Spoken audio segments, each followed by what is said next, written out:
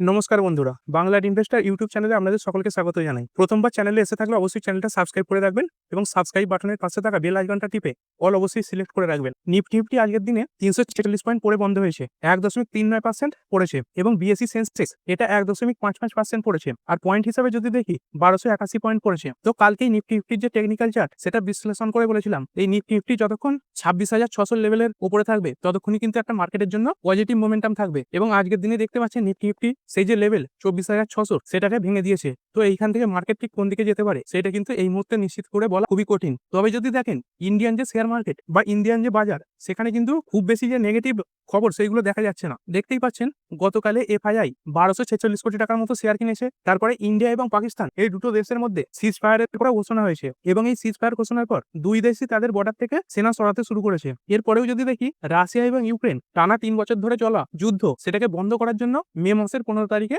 Meeting এ বসতে রাজি হয়েছে। এবং আমেরিকান যে মার্কেট ডাউ জোন্স সেটাও গতকালে 2.88% বেড়েছে এবং আমেরিকার যে আইটি ইন্ডেক্স আছে নাসডাক সেটাও 4.5% কাছাকাছি বেড়েছে। এবং আজকে যদি এনএসসি স্টক গুলো দেখি আজকে 937টা শেয়ার পড়ে বন্ধ হয়েছে এবং 1948টা শেয়ার পজিটিভেই বন্ধ হয়েছে। তো এত ভালো খবর থাকার পরেও মার্কেট কেন পড়ে গেল? এর পেছনে 3 থেকে 4টে কারণ আছে, চলুন একটু দেখে নিই। দেখুন, গত 2-3 দিন ধরে ইন্ডিয়ান মার্কেট একটা ভালো র্যালি দেখিয়েছে।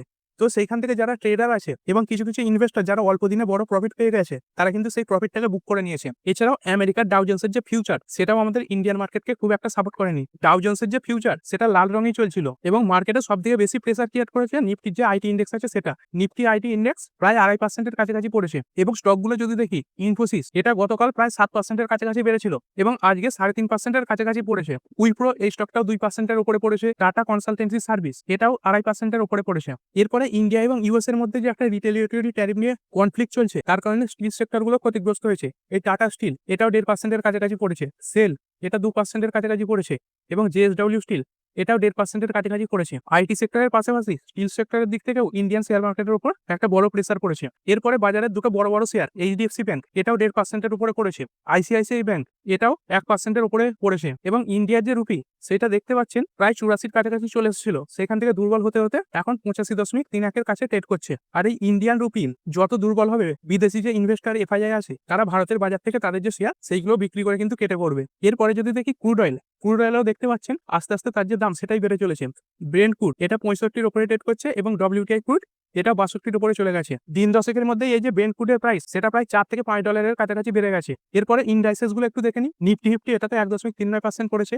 নিফটির যে নেক্সট 50 সেটা বর্ডারে বন্ধ হয়েছে। নিফটি ব্যাংক 0.80% পড়েছে। নিফটি যে ফাইন্যান্সিয়াল সার্ভিস এটা 1.10% পড়েছে। তবে যদি মিড ক্যাপ স্মল ক্যাপ এইগুলো দেখি এখানে দেখুন মিড ক্যাপ এটা 0.32% বেড়েছে এবং মিড ক্যাপ এখানে দেখতে পাচ্ছেন 0.19% এবং স্মল ক্যাপ এটা 0.81% বেড়েছে। এরপর যদি মাইক্রো ক্যাপ দেখি এটা 1.62% বেড়েছে। তো আপনার পোর্টফোলিওতে যদি মাইক্রো ক্যাপ এবং স্মল ক্যাপ মিড ক্যাপ এই ধরনের স্টক থেকে থাকে সেগুলো কিন্তু লক্ষ্য করে দেখবেন আজকে নিফটির তুলনায় সেরকম পড়েনি। মানে বাজারের যে বড় বড় স্টক গুলো সেগুলোই আজকে বড় পতন দেখিয়েছে। এরপরে যদি ডিফেন্স সেক্টর দেখি ইন্ডিয়ার যে নিফটি ডিফেন্স আছে সেটা ওভারঅল 4.12% বেড়েছে। এরই মধ্যে সব থেকে বেশি বেড়েছে বিডিএল এই মিসাইল প্রস্তুতকারী এই যে সংস্থাতে আছে ভারত ডাইনামিক্স লিমিটেড প্রায় 11.5%-এর কাছাকাছি বেড়েছে। জিআরএসি এটা 5%-এর উপরে বেড়েছে।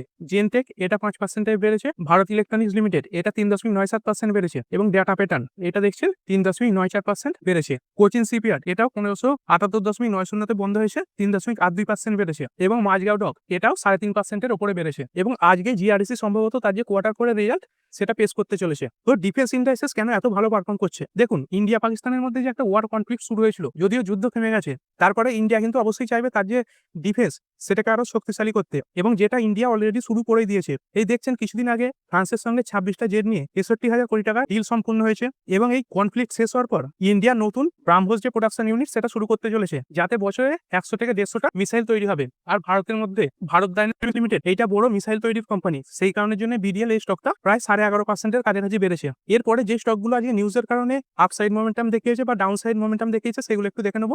এই হ্যাপিয়েস্ট মাইন্ড 2.74% পড়েছে। কোম্পানিটা তাদের যে কোয়ার্টার পরে রেজাল্ট সেটা পেশ করেছে। কোম্পানির যে নেট প্রফিট সেটা ইয়ার অন ইয়ার 53% পড়ে গেছে এবং কোম্পানির যে রেভিনিউ সেটা ইয়ার অন ইয়ার 30% বেড়েছে। এছাড়া কোম্পানিটা এক একটা শেয়ার পিছু 3.5 টাকা করে ডিভিডেন্ড দেওয়ার কথা ঘোষণা করেছে। এর পরের স্টক হচ্ছে আরতি সার্ফেক্ট্যান্ট, আজকে 10% আপার সার্কিটে বন্ধ হয়েছে। এই কোম্পানিটা তাদের যে কোয়ার্টার পরের রেজাল্ট সেটা পেশ করেছে। কোম্পানির প্রফিট আফটার ট্যাক্স 109% বেড়ে হয়েছে 10 কোটি টাকা। এছাড়াও কোম্পানিটা এক একটা শেয়ার পিছু 1 টাকা করে ডিভিডেন্ড দেওয়ার কথা ঘোষণা করেছে। এর পরের স্টক হচ্ছে জেএম ফাইন্যান্সিয়াল লিমিটেড, প্রায় 4% কাছাকাছি করে বন্ধ হয়েছে। Company year on year 390% profit দেখিয়েছে। কোম্পানির আগের বছর সেম কোয়ার্টারে প্রফিট ছিল 27 কোটি টাকার মতো, যেটা বেড়ে হয়েছে 134 কোটি টাকা। এর পরের স্টক হচ্ছে কেয়ার রেটিং লিমিটেড, 13.5% কাছাকাছি বেড়ে বন্ধ হয়েছে। কোম্পানির যে স্ট্যান্ডালোন রেভিনিউ সেটা ইয়ার অন ইয়ার প্রায় 22% কাছাকাছি বৃদ্ধি পেয়েছে এবং কোম্পানির প্রফিট ইয়ার অন ইয়ার 29% বৃদ্ধি পেয়েছে। এর পরের স্টক হচ্ছে সুইগি লিমিটেড। স্টকটা দেখছেন শুরুতে বড় গ্যাপ ডাউন হয়ে ওপেন হয়েছিল, তারপরে আস্তে আস্তে প্রায় 6 থেকে 7% কাছাকাছি রিকভার করে গেছে। তো এর পেছনে কারণ কি? দেখুন, যে কোনো আইপিও আসার পর সেই আইপিওতে কিন্তু একটা লক ইন পিরিয়ড থাকে, যেমন বেশিরভাগ ক্ষেত্রেই থাকে। প্রথম 30 দিনের মধ্যে বড় বড় যে ইনভেস্টররা আছে তারা কিন্তু শেয়ার বিক্রি করতে পারে না। সেই 30 দিনের পর তারা 50% শেয়ার বিক্রি করে এবং তারপরে আরো একটা লক ইন থাকে, যেটা হচ্ছে 90 দিনের। সেই 90 দিনের পর বাকি যে শেয়ার সেটা বিক্রি করতে পারে। আর সুইগির ক্ষেত্রে দেখতে পাচ্ছেন এই যে 83% শেয়ার হোল্ডিং ছিল,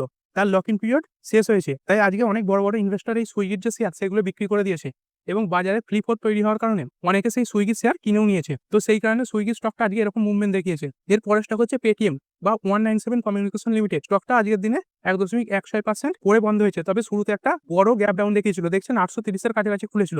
এর কারণটা কি একটু দেখে নিই। কোম্পানির যে একটা স্টেক হোল্ডার আছে অ্যান্ডফিন্ড, এরা তাদের 4% স্টেক প্রায় 2066 কোটি টাকায় বিক্রি করতে চলেছে। আর যেই ব্লক ডিলে এক একটি শেয়ারের মূল্য থাকবে 809 টাকা 75 পয়সা। তার মানে এর আগের দিনের যে ক্লোজিং প্রাইস তার থেকে অনেকটাই কম। তো সেই কারণে পেটিএম এর শেয়ারটা গ্যাপ ডাউন হয়ে ওপেন হয়েছিল। এর পরেরটা হচ্ছে টিডি পাওয়ার সিস্টেম লিমিটেড, প্রায় 10% কাছাকাছি বেড়ে বন্ধ হয়েছে। কোম্পানির যে কোয়ার্টার পরের প্রফিট সেটা ইয়ার অন ইয়ার 93% বৃদ্ধি পেয়েছে। এর পরেরটা হচ্ছে জেনসল ইঞ্জিনিয়ারিং লিমিটেড। গত প্রায় 1 মাস ধরে লোয়ার সার্কিট লাগানোর পর আজকে স্টকটা আপার সার্কিটে খুলেছে। কোম্পানির যে প্রমোটার এবং ডাইরেক্টর দুই যোগী ব্রাদার ছিল, তারাই কোম্পানিটা থেকে পুরোপুরিভাবে এক্সিট নিয়েছে। যেহেতু এই দুই ভাইয়ের কারণে কনফ্লিক্ট তৈরি হয়েছিল জেনসল ইঞ্জিনিয়ারিং, তাই এরা বেরিয়ে যাওয়ার পর এই স্টকটাতে একটা পজিটিভ মোমেন্টাম তৈরি হয়েছে। এর স্টক হচ্ছে ইন্ডিয়া গ্লাইকলস লিমিটেড, 6% উপরে বেড়ে এই স্টকটা বন্ধ হয়েছে। কোম্পানি মে মাসের 16 তারিখে তাদের যে কোয়ার্টার পরের রেজাল্ট পেশ করতে চলেছে, সেখানে বড় বড় অ্যানালিস্টরা কনসিডার করছে যে কোম্পানি সেখানে ভালো প্রফিট দেখাতে পারে এবং হয়তো ডিভিডেন্ড দেওয়ার কথা ঘোষণা করতে পারে। এছাড়াও কোম্পানি কোয়ার্টার 3-তে ভালো রেজাল্ট দেখিয়েছিল। তো সেই অনুমানের কারণে এই স্টকটা আজকে ভালো পারফর্ম করেছে। এর পরের স্টক হচ্ছে ইয়েস ব্যাংক লিমিটেড। এই সুমিতম ব্যাংকের সঙ্গে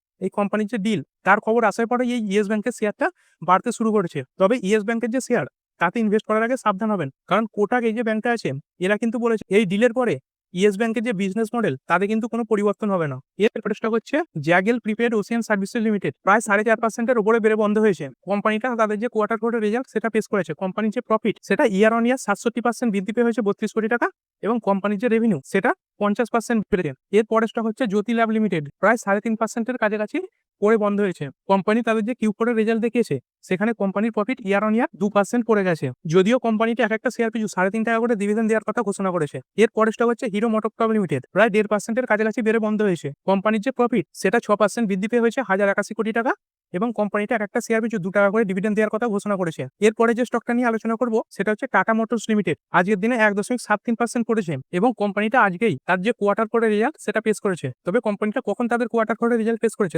দেখছেন আজকে মার্কেট বন্ধ হওয়ার পর। এখানে টাইমটা দেখুন 4:14। দেখুন এই টাইমটা কোনো ফ্যাক্টর নয়, 3:30 পর যে তাদের রেজাল্ট পেশ করেছে এটাই বড় ফ্যাক্টর, কারণ মার্কেট বন্ধের পরে রেজাল্ট এসেছে এবং এর যে প্রভাব সেটা আগামীকাল মার্কেটে দেখা যাবে। তো চলুন টাটা মোটর কিরকম রেজাল্ট দেখালো একটু ডিটেলসে জেনে নিই। এখানে দেখছেন জেএলআর জাগুয়ার ল্যান্ড রোভার, তাদের যে রেভিনিউ সেটা 1.7% পড়েছে। তো এই জাগুয়ার ল্যান্ড রোভারের রেভিনিউ পড়ে যাওয়ার যে মেন কারণ হচ্ছে সেটা হচ্ছে ইউএস এবং ইউকের মধ্যে যে একটা ট্রেড ওয়ার তৈরি হয়েছিল, তার কারণের জন্য ইউএসএ তাদের যে জাগুয়ার ল্যান্ড রোভার তার রপ্তানি পুরোপুরিভাবে বন্ধ করে দিয়েছিল এবং জাগুয়ার ল্যান্ড রোভারের 20% গাড়ি ইউএসএ বিক্রি হয়ে থাকে। তো সেই কারণের জন্য কোম্পানির যে সেলস সেটা পড়েছে, যার ফলে রেভিনিউ পড়ে গেছে। এবং টাটা যে কমার্শিয়াল ভেহিকেল আছে তারও যে রেভিনিউ সেটা 0.5% পড়েছে এবং পিভি ভেহিকেল তারও যে রেভিনিউ সেটা 13.1% পড়েছে। মানে বুঝতেই পারছেন এর যে ফুল রেজাল্ট দেখবো সেখানেও কিন্তু খুব ভালো কিছু একটা দেখা যাবে না। প্রথমে কোম্পানির যে স্ট্যান্ডালোন রেজাল্ট সেটা একটু দেখে নেবো। দেখুন এই স্ট্যান্ডালোন মানে কি? এটা মানে হচ্ছে শুধুমাত্র ইন্ডিয়ার মধ্যে যে গাড়িগুলো তৈরি হয় বিক্রি হয় সেগুলো, এর মধ্যে জাগুয়ার ল্যান্ড রোভার এর যে রেভিনিউ ইনকাম সেইগুলো নেই। এখানে দেখতে পাচ্ছেন মার্চ 31, 2024 এই যেটা সিলেক্ট করলাম এটা হচ্ছে এর আগের বছরে সেম কোয়ার্টারে। তার আগে দেখুন ডিসেম্বর 31, এটা এর আগের কোয়ার্টারে এবং মার্চ 31 এটা হচ্ছে এই কোয়ার্টারে। কোম্পানির আগের বছর সেম কোয়ার্টারে ইনকাম ছিল 20,384 কোটি টাকা, যেটা পড়েছে 20,206 কোটি হয়েছে, এবং এর আগের কোয়ার্টারে ছিল 17,346 কোটি, যেটা বেড়ে হয়েছে 20,206 কোটি। মানে কোয়ার্টার অন কোয়ার্টার কিছুটা বাড়লেও ইয়ার অন ইয়ার সেরকম কোনো পরিবর্তন দেখা যায়নি। এবং যদি দেখেন কিছুটা পড়েছে। আর কোম্পানির যে প্রফিট সেটা দেখতে পাচ্ছেন, এর আগের বছর সেম কোয়ার্টারে ছিল 2126 কোটি টাকা, যেটা পড়ে হয়েছে 1382 কোটি টাকা, এবং এর আগের কোয়ার্টারে ছিল 1404 কোটি টাকা, যেটা পড়ে হয়েছে 1382 কোটি টাকা। মানে কোম্পানির প্রফিট সেটা ইয়ার অন ইয়ার এবং কোয়ার্টার অন কোয়ার্টার দুটোতেই পতন লক্ষ্য করা গেছে। এরপরে কোম্পানির যে কনসলিডেট রেজাল্ট সেটা একটু দেখে নেবো। এইখানে জাগুয়ার ল্যান্ড রোভার তার যে রেভিনিউ, তার সেলস, তার ইনকাম, তার প্রফিট সবই দেওয়া আছে। এখানে দেখতে পাচ্ছেন কোম্পানির যে রেভিনিউ, এ কলমে দেখুন রেভিনিউ, সেটা এর আগের বছর সেম কোয়ার্টারে ছিল 1,18,300 কোটি টাকা, যেটা সামান্য বেড়েছে 1,18,927 কোটি, আর এর আগের কোয়ার্টারে ছিল 1,11,897 কোটি। মানে রেভিনিউ খুব বড় একটা জাম লক্ষ্য করা যায়নি। টোটাল ইনকামও দেখতে পাচ্ছেন সেরকম খুব বড় জাম দেখা যায়নি। 1,20,431 ছিল, যেটা বেড়ে হয়েছে 1,20,000, এবং এর আগের কোয়ার্টারে ছিল 1,14,334। মানে ইয়ারলি এবং কোয়ার্টারলি খুব সামান্যই বৃদ্ধি পেয়েছে। এরপর কোম্পানির প্রফিট বিফোর ট্যাক্স দেখে নেবো। এর আগের বছর সেম কোয়ার্টারে কোম্পানির যে পিবিটি সেটা ছিল 9,454 কোটি টাকা, যেটা বেড়ে হয়েছে 11,504 কোটি, এবং এর আগের কোয়ার্টারে ছিল 7,605 কোটি, যেটা বেড়ে হয়েছে 11,504 কোটি। এবং যদি ফাইনাল প্রফিট দেখি সেটা দেখছেন এর আগের বছর সেম কোয়ার্টারে ছিল 17,528 কোটি, যেটা পড়ে হয়েছে 8,556 কোটি, এবং এর আগের কোয়ার্টারে ছিল 5,485 কোটি, যেটা বের হয়েছে 8,556 কোটি। তবে এর আগের বছর সেম কোয়ার্টারে যে দেখছেন 17,528 কোটি, এইখানে কিন্তু একটা বড় ট্যাক্সের অ্যাডজাস্টমেন্ট ছিল। এখানে দেখুন টোটাল ট্যাক্স এক্সপেন্সেস, এখানে দেখুন -8,219 কোটি, মানে এটা কোম্পানির অ্যাকাউন্টে এসেছিল। তো সেই কারণের জন্য আগের বছরের যে প্রফিট সেটা এত বেশি দেখাচ্ছে। মানে কোম্পানির যে রেজাল্ট সেটা যদি এই ট্যাক্সটাকে বাদ দিয়ে দেখি তাহলে কিন্তু একটা ঠিকঠাক রেজাল্ট আছে। কিন্তু যদি খবরের চ্যানেলগুলোতে দেখেন তাহলে কিন্তু দেখবেন যে কোম্পানির যে প্রফিট সেটা প্রায় 90 থেকে 100%-এর কাছাকাছি পড়েছে। তো আগামীকাল টাটা মোটরস আমাদের শেয়ার বাজারে কিরকম পারফর্ম করে এটা একটা দেখার বিষয়। তো ঠিক আছে বন্ধুরা, আশা করছি ভিডিওটা আপনাদের ভালো লেগেছে। আপনি চাইলে এটাকে লাইক এবং শেয়ার করতে পারেন। আর শেয়ার মার্কেট সংক্রান্ত ডেইলি নিউজ আপডেট পেতে চ্যানেলটা সাবস্ক্রাইব করে রাখবেন এবং পাশে থাকা বেল আইকনটি টিপে অল অবশ্যই সিলেক্ট করে রাখবেন, যাতে পরবর্তী ভিডিওর নোটিফিকেশন আপনার কাছে সময় মতো পৌঁছে যায়। আর হ্যাঁ, ভিডিওটি শুধুমাত্র ইনফরমেশন এবং এডুকেশনাল পারপাসের জন্য বানানো হয়েছে। আমি সেবি রেজিস্টার্ড নই, তাই কোনো প্রকার শেয়ারে কোনো প্রকার বাই, সেল, হোল্ড বা অ্যাভারেজ করার কোনো সিদ্ধান্ত নেওয়ার আগে আপনার যে ফাইন্যান্সিয়াল অ্যাডভাইজার আছে তার সঙ্গে অবশ্যই আলোচনা করবেন। দেখা হচ্ছে পরের ভিডিওতে। ধন্যবাদ।